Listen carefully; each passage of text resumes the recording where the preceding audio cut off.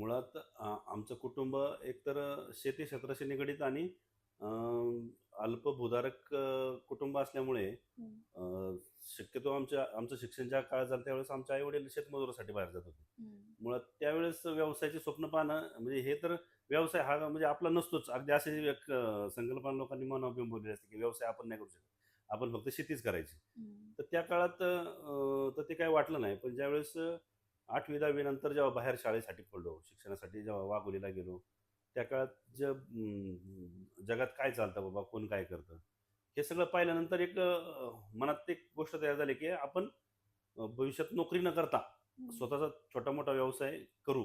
आणि असं व्यावसायिक बनण्याचं एक आकर्षण खरं तर त्या हं. काळात माझ्या मनात सुरू झालं, की आपण नोकरीला थोडं बाजूला सारून हं. आपण व्यवसायाची कास धरावी. अशा पद्धतीने ते संकल्पना मनात असल्यामुळे थोडंसं ह्या गोष्टीची सुरुवात झाली.